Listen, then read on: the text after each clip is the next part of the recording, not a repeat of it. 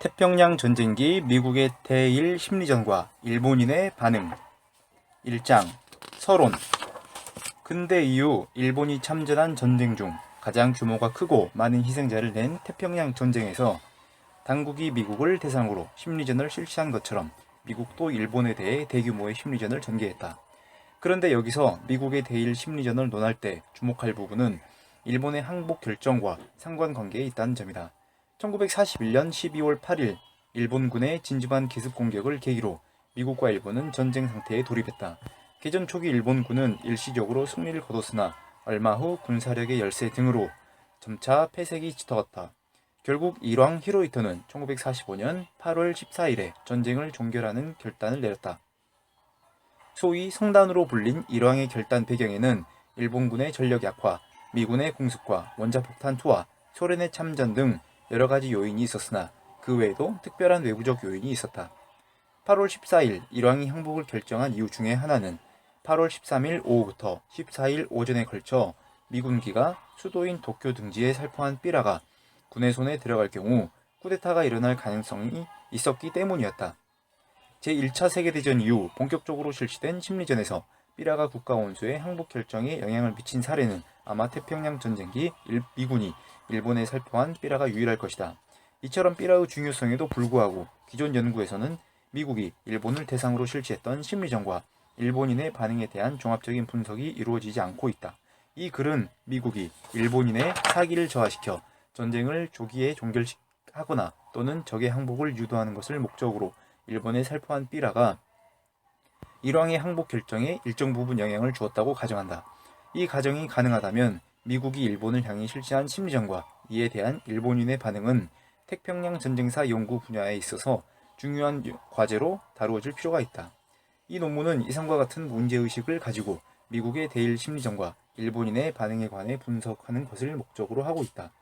미국의 심리전 수행의 구체적인 매체로는 삐라와 단파 및 중파 방송이 있었으나 전 시기에 일본 당국은 미국이 일본 본토를 향해 심리전을 전개할 것을 미리 예상하고 일찌감치 일본인들이 소유하고 있던 단파 수신기 중 대부분을 몰수한 상태였고 미국의 중파 방송을 듣지 못하도록 방해 전파 시스템을 가동하는 등 강력한 조치를 취했다. 저도 미국이 일본인을 대상으로 실시한 인터뷰 자료에 의하면 응답자의 91%가 미국의 중파 방송을 듣지 못했으나 약 과반수인 49%가 미국 삐라를 접한 것으로 나타났다. 결국 일본 국민 중 극소수만 샌프란시스코와 하와이에서 송출된 단파 및 사이판의 중파 방송을 들을 수 있었으나 삐라는 훨씬 더 많이 노출되었다. 따라서 본고에서는 당시 일본 사회에서 나타난 미국의 심리전 매체에 대한 접근성을 고려하여 삐라를 중심으로 분석하고자 한다. 이 글에서 분석하는 내용은 첫째, 미국의 대일 심리전에 관여한 기구 및 일본에 투하된 삐라의 운반 수단과 수량이다. 둘째, 대표적인 삐라의 내용을 분석하고 그 속에는 어떤 메시지가 담겨 있는지에 관해 다룬다. 셋째, 미국의 대일 심리전의 목적은 일본인의 전쟁 의지를 저하시켜 전쟁을 조기에 종결시키거나 항복을 유도하는 데 있었으므로 삐라에 대한 일본인의 반응이 중요한 분석 대상이다. 여기서는 먼저 삐라에 대해 일본 당국이 취한 대책을 살펴본 후 국가 원수인 일원과 일반 국민의 반응에 대해 알아본다. 이 연구의 의의는 먼저 미국의 대일 심리전에 대한 기존 연구가 지니고 있는 개별 주제 중심 또는 오키나와라는 특정 지역에 치중된 분석의 한계를 보완하기 위해 본토 전체를 대상으로 종합적 고찰을 시도함으로써 태평양 전쟁기 미국이 실시한 대일 심리전의 전반적 흐름을 이해하는 데 도움을 주는 것에 있다. 또한 당시 더글라스 베가더 장군이 지휘하던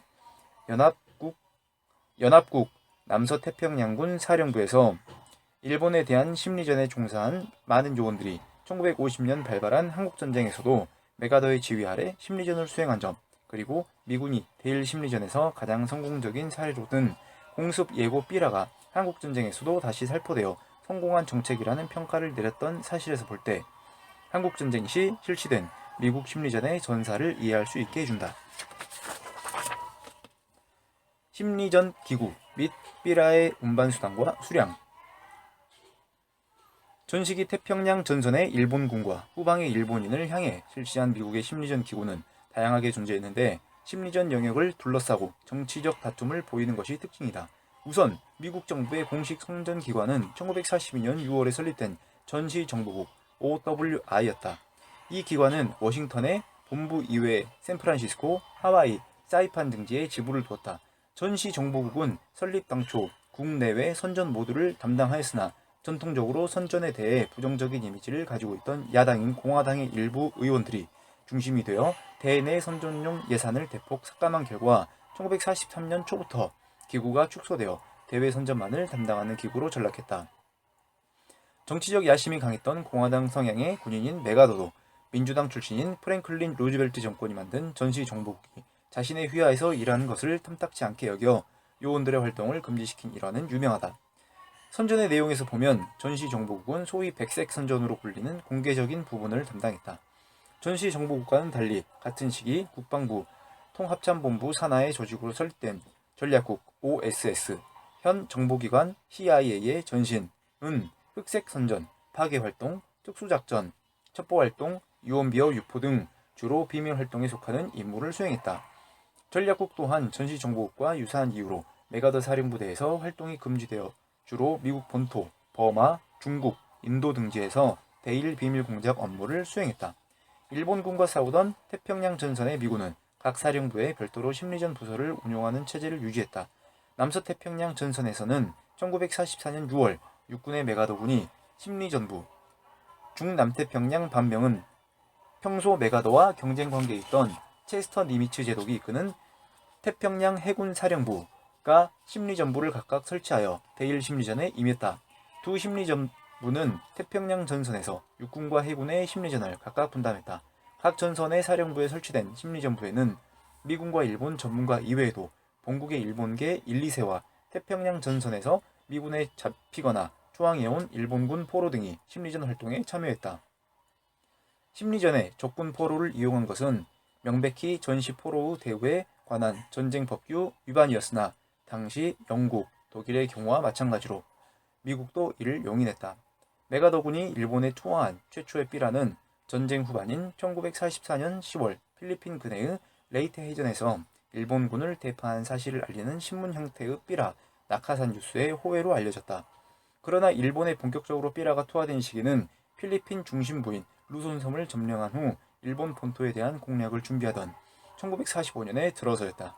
이렇게 일본에 살포된 삐라의 주요 운반 수단으로는 메가더와 함께 작전을 펼치던 극동 공군의 B-24와 B-25 그리고 해군의 함재기가 동원되었다. 또한 니미츠군 소속 폭격기와 함재기 그리고 제20공군의 B-29도 참가했다. 일본에 투하된 삐라의 수량에 관한 정확한 통계는 존재하지 않는다. 급박하게 돌아가는 전시 상태에서 삐라 통계를 조직적으로 관리하는 일이 쉽지 않았던 점이 주요 원인일 것으로 짐작된다. 그 결과 현재 메가더의 육군과 니미츠의 해군 심리전부의 통계는 불완전한 형태로만 존재한다. 메가더와 니미츠의 심리전부 통계에서 나타나는 공통점은 전쟁 막바지인 1945년 6월부터 8월 사이에 집중적으로 삐라를 제작, 본토에 투하했다는 점에 있다.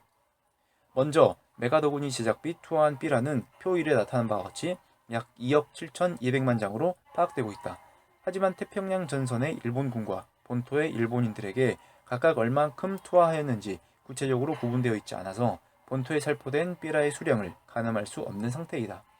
삐라의 총수에 대해서는 메가더군이 태평양 전선의 일본군을 대상으로 실시한 심리전을 연구한 앨리슨 길모어가 약 4억 장의 삐라가 제작되어 일본군에게 살포되었다고 주장한 점을 고려할 경우 메가더군이 태평양 전선 및 일본 본토를 향해 살포한 삐라는 적어도 4억 장 이상일 것으로 추정된다. 니미츠군이 투하한 삐라는 아래의 표 2에 나타난 것과 같이 약 1억 900만 장으로 기록되어 있으나 이 또한 태평양 전선과 본토의 구분이 명확하게 정리되어 있지 않다. 그리고 메가더의 육군과는 달리 해군에 투하한 삐라는 니미츠군의 심리전부와 전시정보국의 지부가 있는 하와이, 사이판에서 제작한 삐라가 모두 포함되어 있는 것이 특징이다. 3장 삐라 속에 담긴 메시지. 벨기에의 역사 비평가 앙느 모렐리가 주장하듯이 심리전에서는 적국의 주민 전체를 비판하지 않는 것이 특징이다. 따라서 상대국 국민으로 하여금 지도자들에게 적개심을 가지도록 하는 것이 심리전의 핵심이다. 상대국 지도자들의 나쁜 점을 최대한 강조함으로써 지배자의 아래에서 살고 있는 국민을 자기 편으로 끌어들일 필요가 있기 때문이다. 다시 말하면 상대국의 전쟁 의지를 저하시키기 위해서는 먼저 지도자의 무능함을 강조하여 지도자에 대한 신뢰를 약화시킬 필요가 있다는 것이었다. 태평양 전선에서 미국의 대일 심리전의 1차적 대상은 일본군이었지만 일본 본토의 대상은 민간인이었다. 따라서 일본인에 대한 이미지 형성이 심리전의 중요한 과제였다. 태평양 전선에서 장교와 사병의 분열을 일으켜 일본군의 투항을 유도한 이간책은 일본 본토에도 대체로 적용되었다. 뒤에서 상세히 설명하듯이 태평양 전쟁기를 통틀어 일본 본토를 향한 미군 심리전의 주제는 선대악이라는 이분법적인 이미지가 지배하고 이간책을 통해 일본 사회 내부의 분열을 유도하는 구도가 형성되었다. 미군이 일본 본토를 향해 실시한 심리전의 두 가지 전략은 진실을 전달하는 것과 군부 또는 강요를 비판하되 일원과 일반 국민은 희생자 또는 평화주의자로 취급하는 것이었다. 따라서 미군의 적은 군부와 강요이지 신성한 일원과 일반 국민은 아니라고 하는 일왕, 국민, 선, 평화, 피해자 대 군부, 강요, 악, 전쟁, 가해자라는 대립구도 이미지로 고착되었다. 그 결과 미군 삐라 중에는 일본의 군부 또는 강요를 비판한 대립구도의 내용이 압도적으로 많은 양상을 보였다. 특히 군부의 전쟁 책임에 대해 명확히 표현한 내용은 싸움은 본토에 가까워지고 있다는 제목의 다음 삐라에 잘 나타나 있다. 일본의 대도시는 태평양 및 오키나와 기지로부터 끊임없이 공습에 의해 파괴되어 있습니다. 도쿄, 나고야, 고베 등의 군수공업지대는 지금 폐허가 되어 가고 있으며 과거에 번영을 누렸던 이 도시들이 대부분이 마침내 잿더미로 변하고 있습니다. 전쟁터가 본토까지 이르게 된 것은 즉 이기적인 군벌이 타도되기 전까지 미군의 공습이 매일 치열하게 전개되어 간다는 것으로서 참으로 슬픈 일입니다. 일본이 직면하고 있는 지금의 참상에 대해서는 오직 일본 군부가 책임져야 합니다. 공격의 목표는 일본 국민이 아니며 어디까지나 일본 군부입니다. 미군의 대일 심리전에서 보이는 또 다른 특징으로 지적할 수 있는 것은 일왕의 이미지가 동맹국인 독일과 이탈리아의 최고 지도자와는 차별성을 보인다는 점이다. 물론 미국이 본토에 미국인을 향해 실시한 선전에서는 독일의 아돌프 히틀러와 이탈리아의 무솔리니와 더불어 일왕도 세계 평화를 어지럽히는 원흉으로 묘사했다. 그런데 독일과 이탈리아의 최고 지도자에 대한 이미지는 대내외 선전에서 큰 차이가 없으나 일왕의 경우는 달랐다. 악의 축의 최고 지도자들은 비난하여 자국민의 전쟁 의지를 고양시키는 의도를 가진 국내 선전과는 달리 일본 본토에 대한 심리전에서는 일왕을 희생자 또는 평화주의자로 취급하는 정반대의 전략을 구사한 것이다. 그렇다고 해서 미국의 심리전 요원들이 대외 선전에서 일왕에 대한 비판을 삼가한 이유가 이들이 실제로 일왕을 희생자 또는 평화주의자로 보았기 때문은 아니었다. 전후 미국의 일본 점령과 세계 질서 구상이라는 큰 틀에서 일왕을 이용하자는 의견이 미국 정부 내에서 나왔고 또한 당시 일본인들 사이에서 살아있는 신과 같은 존재였던 그를 비판할 경우 오히려 적국 국민을 자기 편으로 끌어들이는 심리전 본래의 목적이 훼손될 가능성이 있었기 때문이었다. 다음은 일왕에 관해 묘사한 전형적인 삐라이다. 현재의 강요는 제국을 평안하게 해야 한다는 소임을 다하고 있지 않다. 그들은 평화를 애호하시는 폐하와 국민의 사이에서 평화에 대한 상이하다를 저해하고 있다. 그들은 국민의 운명을 걸고 큰 도박을 하다가 완전히 실패했음에도 불구하고 할복 자살로서 실패의 책임을 지키기는커녕 반대로 전국적으로 국민에게 자살을 강요하여 자신의 죄를 은폐하려 하고 있다. 일본에는 평화주의를 추구하는 사람이 많이 있다. 헌법이 규정하는 권리에 의해 제국은 폐하에게 직접 호소해야 한다. 강력한 군벌이라고 해도 폐하와 국민의 평화를 향한 열렬한 희망을 막을 수는 없다. 이 삐라는 본토에 투하된 삐라 중에 가장 정교하게 제작된 삐라 중에 하나로 일왕과의 문양이 그려져 있는 것이 특징이다. 또한 일왕과 국민 사이에서 평화에 대한 의사소통을 저해하고 있는 강요들을 책임을 묻도록 국민이 일왕에게 직접 호소해야 한다고 주장한다. 한편 미국은 그림 1과 같이 일본 국내에 인플레이션을 일으켜 경제를 혼란시키고 일반 국민과 군국주의자 등 지도자 사이를 이간시켜 내부 분열을 조성할 목적으로 일본 지폐를 위조한 시벤 지폐 삐라도 투하했다. 이러한 형태의 위조 지폐 삐라는 제2차 세계대전 이후 지금까지 각국이 심리전에서 자주 사용한 것이다. 태평양 전쟁기 일본에 살포된 삐라를 보면 앞면은 보통 지폐의 형태이나 그림 2와 같이 뒷면에는 군부가 만주사변을 일으키기 1년 전인 1930년 당시 시벤으로 살 수 있는 물건과 중일전쟁이 발발한 1937년 그리고 미국과의 전쟁 후 3년인 현재 살 수 있는 물건을 각각 비교하여 군부를 비판하는 내용이 담겨 있다. 시벤 지폐 B라는 그 외에 일본의 패전을 전제로 식료품과 일용품의 구입을 국민에게 권하는 내용을 포함하여 모두 4종류가 제작 살포되었다. 삐라를 지폐 형태로 만든 이유는 돈을 좋아하는 인간의 본성을 이용하여 일단 일본인의 주의를 끌게 한 후 자신들이 전하고자 하는 뒷면의 선전 문구를 읽도록 유도하는 것이 목적이었다. 위 삐라와는 달리 뒷면에 선전 문구가 들어있지 않은 위조 지폐 삐라도 제작, 살포되었을 가능성이 엿보인다.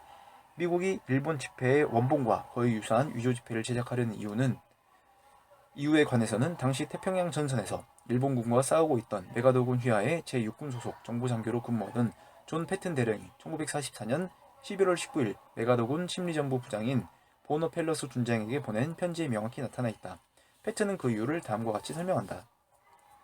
이 편지를 보내는 이유는 우리 정보장교 중 한 명으로부터 장래의 일본 경제를 교란시키기 위해 대량의 위조 지폐를 일본에 투하하는 심리전을 제안했기 때문이다. 제안에 의하면 삐라는 보통의 일본인이 주어 사용할 수 있도록 소액으로 작은 지폐가 좋다. 크기가 크고 고액인 지폐의 불리한 점은 보통 일본인이 가지고 있지 않고 사용할 수 없거나 숨기든지 아니면 줍지 않을 우려가 있기 때문이다.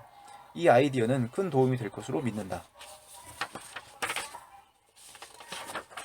한편 일본에 대한 삐라 투하는 미군의 본격적인 공습이 시작된 후 집중적으로 실시되었다. 미군이 실시한 첫 공습은 1942년 4월 18일이었다. 이 공습은 중국에 기지를 둔 제임스 도리틀 중령이 지휘하는 B-25 폭격기 편대가 태평양상의 항공모함 호넷에서 발진하여 도쿄, 요코하카, 나고야 등지를 폭격한 것이었다. 그러나 일본 본토에 대한 본격적인 공습은 1944년 6월부터 규슈 지역, 관동 지역에는 동년 11월부터 실시되었다. 초기 단계의 공습은 군수공장과 군 관련 시설을 중심으로 전개되었으나 전쟁 막바지인 1945년에 들어서는 도심부의 주민 밀집 지역에 집중되었다. 특히 3월 10일과 25일에 일어난 도쿄 대공습은 가장 큰 피해를 입힌 것으로 유명하다. 일본 내 군사 목표물이 거의 잿더미로 변화가던 시기인 1949년 7월경부터 공습 대상 지역을 사전에 예고하는 공습 예고 삐라가 본격적으로 투하되기 시작했다. 이와 같은 종류의 삐라 제작을 최초로 제안한 인물은 제21 폭격 전대 사령관으로서 도쿄 대공습을 주도한 인물로 악명이 높았던 커티스 르메이 소장으로 알려졌다.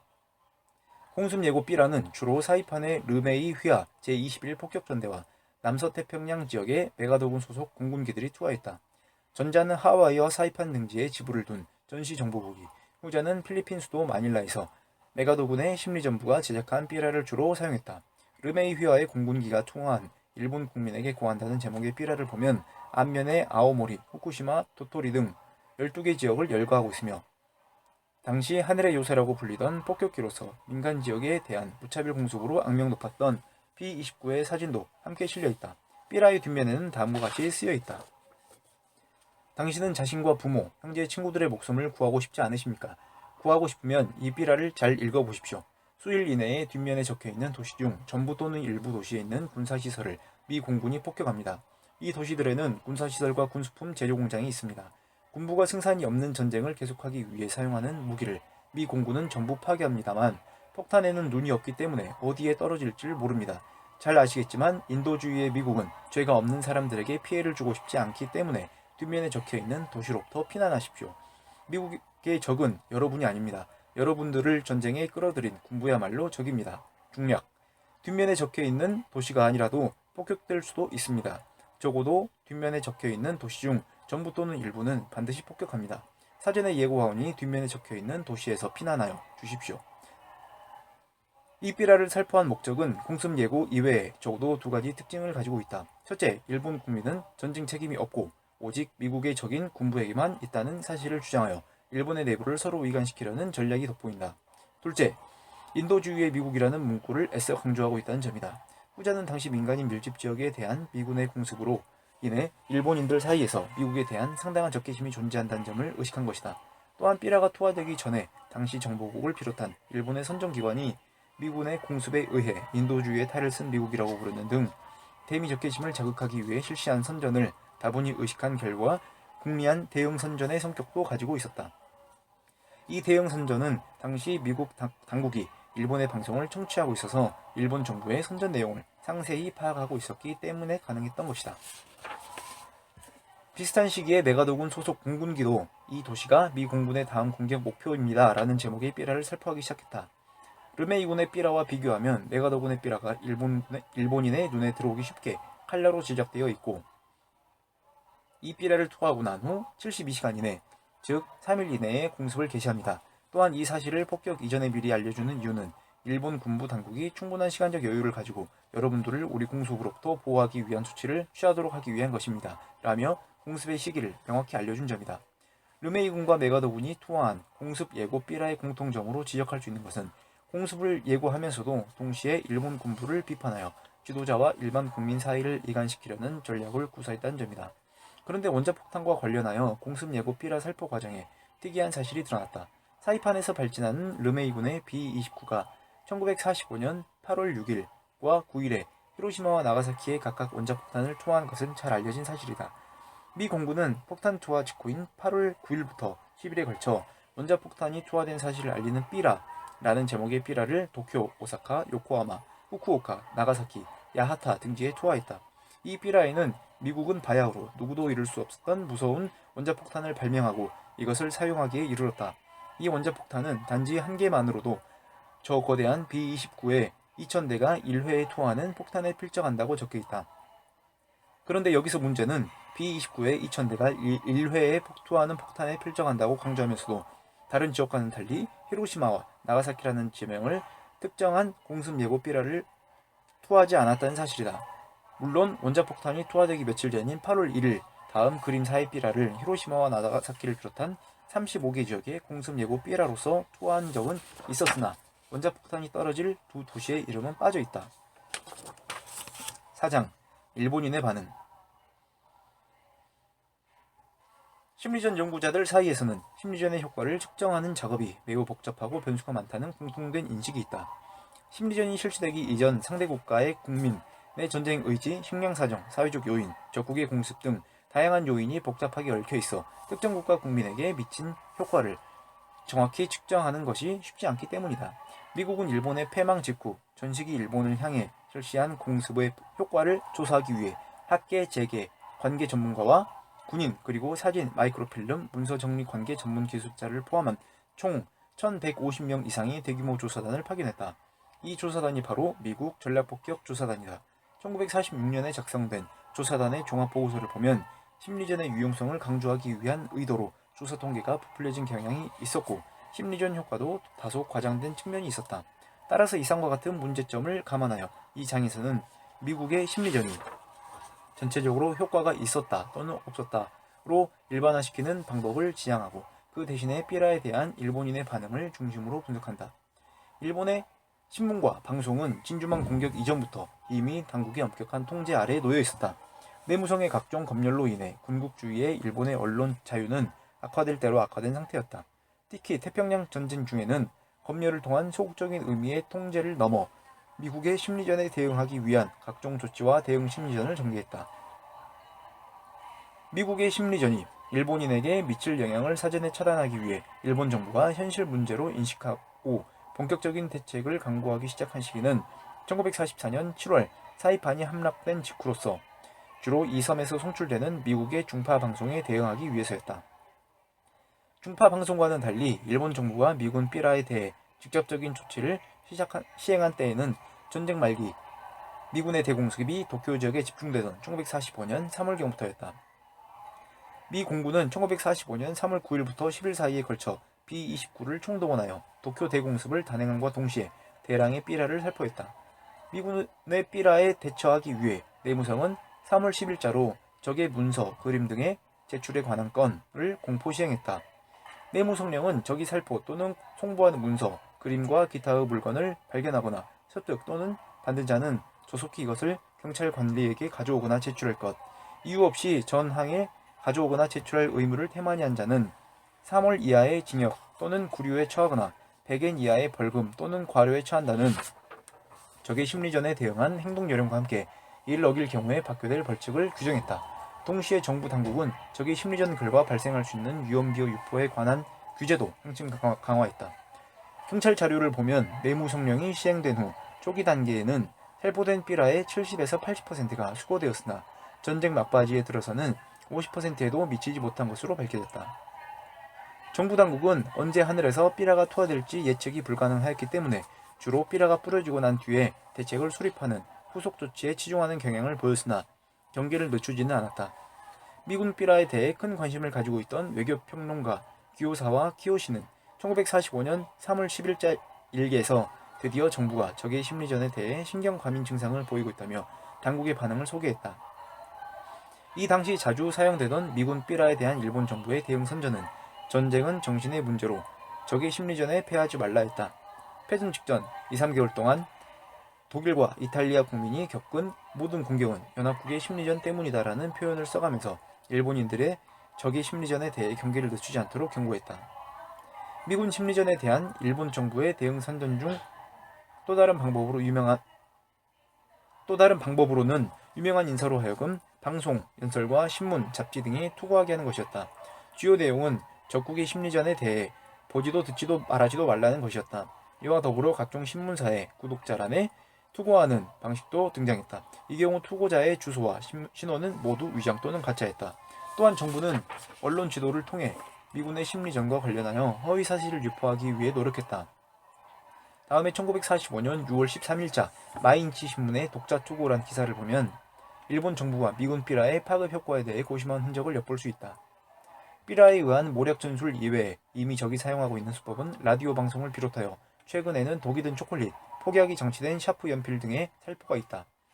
이것들은 모두 겉으로는 천사의 탈을 쓰고 있지만 속으로는 잔인한 동물적 습성을 가진 것이 마침내 가면을 벗은 잔인한 전법으로 보인다.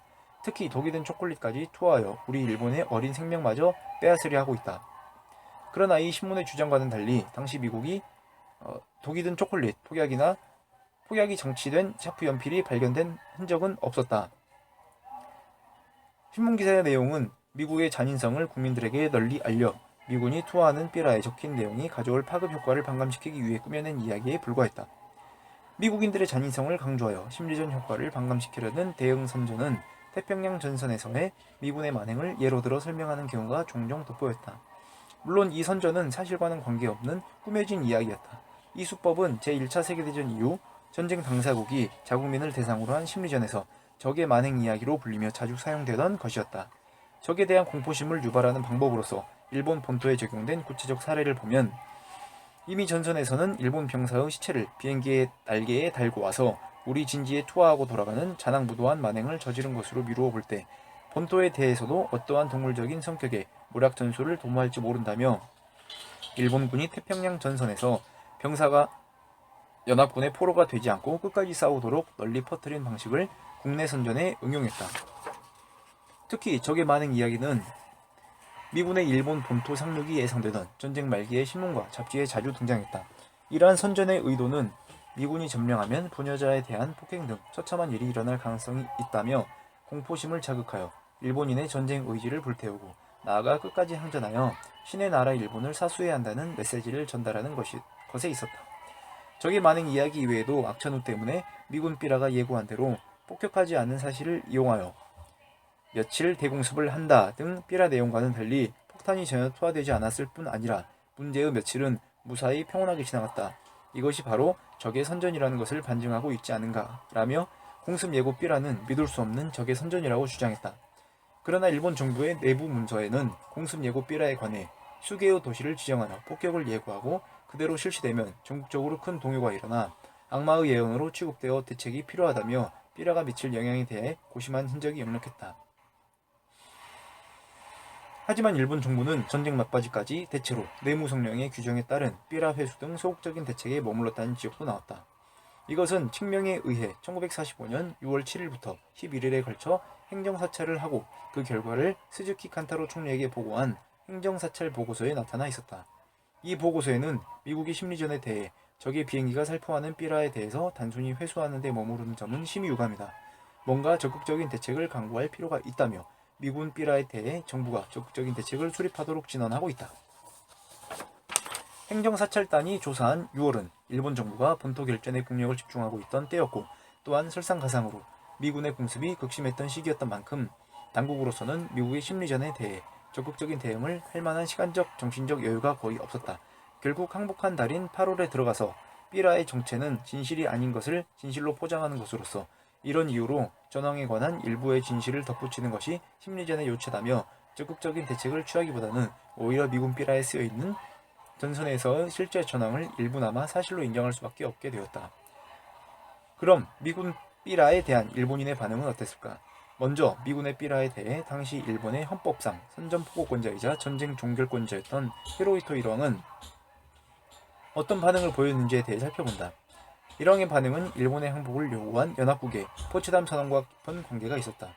1945년 7월 26일 미, 영, 중 등 연합국 정상들은 독일 베를린 외곽의 소도시인 포츠담에서 일본의 무조건 항복을 요구하는 포츠담 선언을 발표하고 일본 정부에게 이 선언을 수락하도록 촉구했다. 연합국의 요구에 대해 일본 측은 1945년 8월 9일부터 10일에 걸쳐 일왕이 주재하는 어전회의를 개최하고 일왕제 유지를 조건으로 동선언을 수락한다는 취지의 답신을 연합국 측에 보냈다. 그러나 연합국을 대표하여 일본 정부가 일본 측에 보낸 문서인 소위 번즈 회담에는 일왕제 유지 문제에 대한 어떠한 긍정적인 메시지도 들어있지 않았다. 번즈 회담에는 항복 시부터 일왕 및 일본 정부의 국가 통치의 권한은 항복 조항의 실시를 위해 필요하다고 인정하는 조치를 취하는 연합국 최고사령관의 제안에 아래 둔다며 전후 일본 일왕제의 존속 여부에 대한 애매한 태도를 취했다. 그 결과 일본 지도층 내부에서는 미국 측 회담에 대한 해석을 둘러싸고 의견이 모아지지 않은 상태가 며칠 동안 계속되고 있었다. 이처럼 일본 지도층 내부에서 항복과 철저 항전 여부를 놓고 치열한 대립이 계속되고 있는 가운데 미국은 진실을 전달하는 심리전 전략에 따라 8월 13일 오후부터 14일에 걸쳐 귀국 정부가 요구한 항복 조건을 미국, 영국, 중국, 소련을 대표하여 일본 정부에 보낸 회답을 여러분께 알려드리기 위해 이 삐라를 투하합니다. 라는 내용의 삐라가 도쿄 등지에 살포되었다. 당시 미국의 전시정보국 요원으로 근무한 존 킹 페어뱅크에 의하면 이 삐라는 전시정보국이 제작한 것으로 사이판 주둔의 제20공군 소속 B-29에 의해 투하된 것이었다. 일왕의 정치 고문격인 내 대신으로서 최측근으로 불리기도 했던 기도 고이치는 궁궐 안에서 주운 삐라를 직접 일왕에게 보여주며 만약 이 삐라가 군인들과 국민들 손에 들어가면 심각한 상황이 발생할 것이라고 진언했다.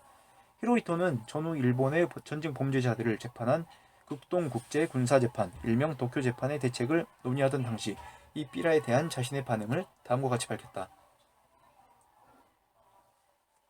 의견이 분열되어 있는 사이에 미군은 비행기에서 선전 삐라를 뿌리기 시작했다. 일본이 포츠담 선언 수락에 대해 회답했다는 사실을 일본 국민에게 알리는 삐라였다. 이 삐라가 군부의 손에 들어가면 쿠데타가 일어난다. 그래서 나는 어떻게 하든지 조야의 중지를 모으기 위해 한시라도 빨리 회의를 개최하지 않으면 안 된다고 결심하고 14일 오전 8시 반경 스즈키 총리를 불러 조속히 회의를 개최하도록 명했다. 이 회의에서 히로히토는 항복을 최종적으로 결정했다. 히로히토의 말에서 알 수 있는 것은 일본 지도부 내에서 미국 정부가 보내온 번즈 회답으로는 일왕제 유지가 불확실하다며 논란이 일고 있는 사이에 미군이 투하한 삐라가 일왕으로 하여금 항복에 대한 최종 결정을 하도록 한 사실이다. 내 대신 기도의 기록에도 히로히토의 항복 결심 배경에는 뒤에서 공전을 위한 공작을 하고 있었다는 사실이 군부 강경파에게 알려질 경우 전국이 큰 혼란에 휩싸일 가능성이 있다고 판단했기 때문이었다고 적혀 있어 일왕의 주장을 뒷받침하고 있다. 히로히토의 기도의 주장을 뒷받침하는 자료는 미국의 심리전 담당 고위 장교가 남긴 편지에서도 확인되었다. 전시기 메가더 휘하의 심리전부 부장으로 그리고 일본의 패전 후에는 점령군으로 도쿄의 메가더 사령부에서 근무하고 있던 펠러스 중장은 1946년 3월 10일 본국에 있는 아내 도로시 펠러스에게 보낸 편지에서 일왕이 하루 전 측근인 데라사키 히데나리를 통해 자신에게 삐라를 본 군인들이 쿠데타와 같은 과격한 행동을 할 우려가 있어 항복의 결단을 내렸다는 말을 전해왔다고 밝혔다. 전시기 메가더군 내의 대표적 지일파로 메가더에게 일본의 일왕제 등에 관해 조언한 펠러스는 미국의 삐라가 일왕의 항복 결정에 기여했다는 사실에 대해 자부심을 가지고 있었고 이 사실을 본국의 아내에게 털어놓은 것이다. 다음은 일반 국민의 삐라에 대한 반응을 살펴본다. 당시 삐라에 대한 일본인들의 반응을 조사한 내무성 자료를 보면 일반적으로 삐라가 투하된 초기에 일부 국민들이 호기심을 가질 정도로 대체로 적도 드디어 일본을 향한 선전에 몰두하기 시작했다. 또는 유치한 선전 삐라라며 웃어넘기는 것에 지나지 않고 오히려 적개심을 불러일으키는 등 문제시되는 반응은 없었다고 되어 있다. 그러나 미국의 삐라 제작 기술과 내용이 점차 향상되었고 일본의 천황 악화, 식량 부족, 미군의 공습 등과 맞물려 국민들 사이에서 전쟁의 향배에 대해 회의적인 반응이 나오면서 미군 삐라가 전황에 대한 진상과 원인 등을 알려 국민의 심리에 영향을 미친 결과 삐라의 내용을 믿는 사람들이 서서히 증가하는 추세를 보였다. 즉, 삐라가 투하된 초기에는 거의 효과가 없었으나 전쟁 말기부터는 영향을 받았다. 도쿄지방경찰청 자료에는 도쿄도민이 삐라의 진실성을 인정하고 일본의 필승의 의문을 품었으며 특히 1945년 7월경부터 드디어 동요되는 조짐이 보였다고 적혀있다. 삐라는 일본 사회의 치안 붕괴의 한 요인으로도 작용했다. 내무성은 전쟁 말기 치안이 붕괴된 직접적인 원인으로서 공습의 격화, 식량 부족, 인플레이션의 악화, 반군 반관 사상의 심화, 본토 결전에 대한 불안감, 그리고 활발한 미국 심리전을 들었다. 또한 내무성은 미군의 심리전에 대해 전황의 악화와 더불어 미군 삐라의 살포 빈도가 증가하고 내용도 다양화되면서 민심에 미치는 영향이 심각한 것으로 판단했다. 이러한 상황에서 미군 삐라는 유언비어 발생의 원인을 제공했다. 동부 헌병대는 비관적인 전황을 틈타 미군 심리전의 내용을 둘러싸고 유언비어가 발생하고 있어 적극적인 대책이 필요하다고 경고했다. 1946년 작성된 미군 전략폭격조사단 보고서에는 삐라가 일본인에게 미친 영향에 대해 분석되어 있다.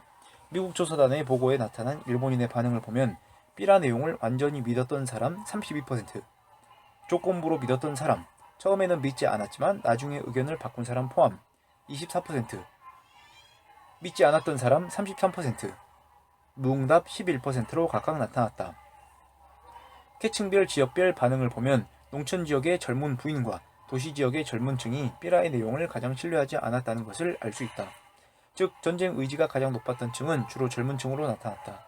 도시와 농촌에 공통되는 현상은 교육 정도가 낮은 사람일수록 삐라를 신뢰하지 않았다. 다만 공습 예고 삐라에 관해서는 교육 정도와 거의 관계없이 믿는 경향을 보였다. 그리고 공습을 받은 도시의 사람들은 그렇지 않은 사람보다 삐라의 내용을 신뢰했다. 결론적으로 미국 조사단은 미군의 심리전은 전황의 악화, 공습의 격화, 생필품의 부족 등과 연동하여 국민에 대한 심리적 효과를 발휘하였고, 방송에 의한 심리전은 실패한 반면 삐라는 일부 국민들을 지도자로부터 이간시키는 역할을 하였다고 평가했다. 삐라 제작자들의 당초 의도대로 이간책이 어느 정도 효력을 발휘한 것이다. 5장 결론.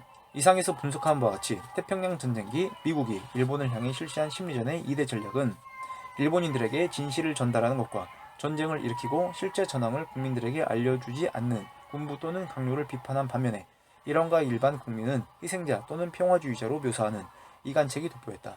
따라서 미군 삐라 속에 나타난 메시지는 미국의 적은 군부와 강요이지 신성한 일원과 일반 국민은 아니라고 하는 일왕, 국민, 선, 평화 피해자 대 군부, 강요, 악, 전쟁 가해자라는 대립구도의 이미지로 고착되어 있다.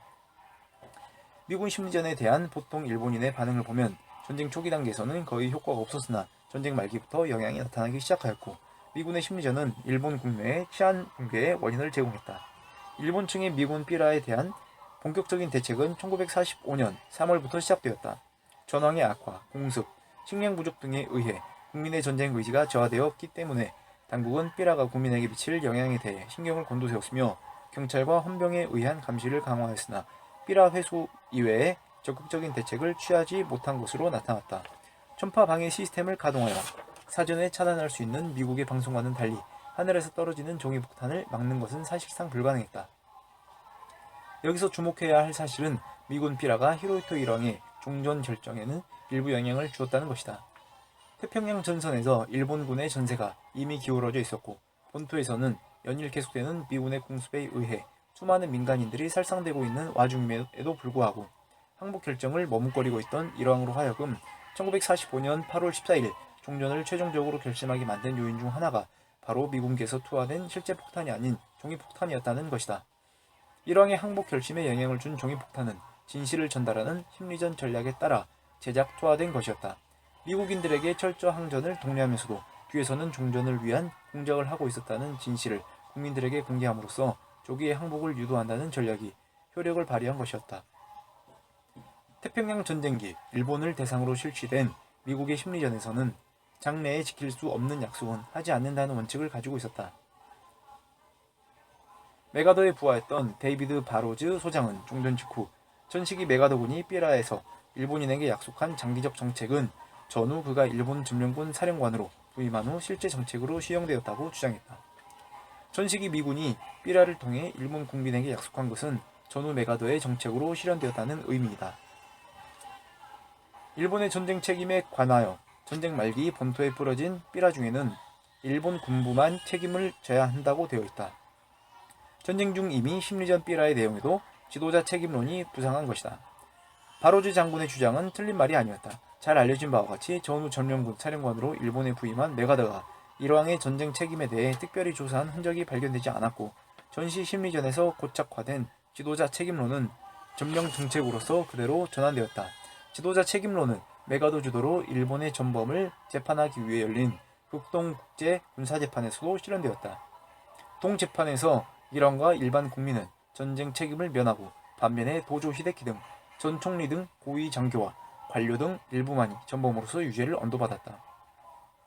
결국 전시기 미국의 심리전에서 이간책의 일환으로 실시한 일왕 국민, 선 평화, 피해자, 대, 군부, 강요, 악, 전쟁, 가해자로 고착화된 이미지가 전후 점령 정책에 계승됨으로써 일본인의 전쟁 책임 의식을 희석시키는 요인 중의 하나로 작용하였다고 해도 과언이 아닐 것이다.